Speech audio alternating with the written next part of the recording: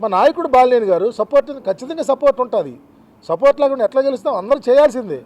వారి ఆశీస్సులు ఎప్పుడూ ఉంటాయి.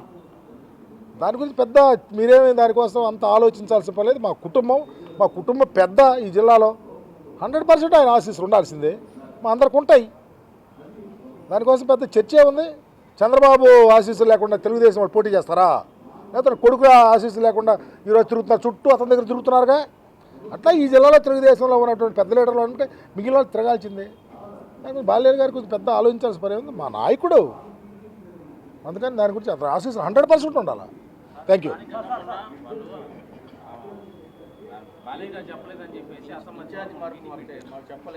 అవన్నీ అధిష్టానము, మా ముఖ్యమంత్రి గారు, మా బాలినేని గారు అన్నీ చూసుకుంటారు. వీళ్ళకి తొందర ఏంటో ఇప్పుడు పత్రికల్లో కూడా కొంతమంది అత్యుత్సాహం చేస్తున్నారు. ఉండాయి లేనట్టు, లేని ఉన్నట్టు కూడా కొన్ని రాస్తూ ఉన్నారు. ఇవన్నీ ఎందుకు?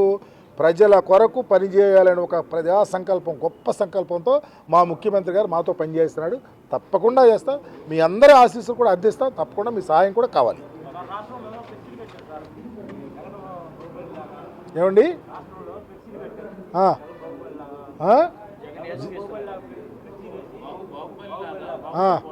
ఎవరు ఎవరు ఎవరు కట్టారు? కట్టిన వాళ్ళ గురించి, కట్టిన వాళ్ళు ఎలాంటి వాళ్ళు, ఎవరు కట్టించారో వాళ్ళకే తెలియాలి. జగన్ బాహుబలి, జగన్ ప్రజారంగమే పరిపాలన చేస్తాడా? పేదల పక్షపాతం ఉండరా? నా ఎస్సీ, నా ఎస్టీ, నా బీసీ, నా మైనారిటీ చెప్పే బలమైన నాయకుడు దేశంలో ఎక్కడున్నాడు? జగన్మోహన్ రెడ్డి గారు తప్ప. ఎవరేం చేసుకుంటే పిల్లి గొంతులు వేస్తే ఎట్లా ఇద్దండి?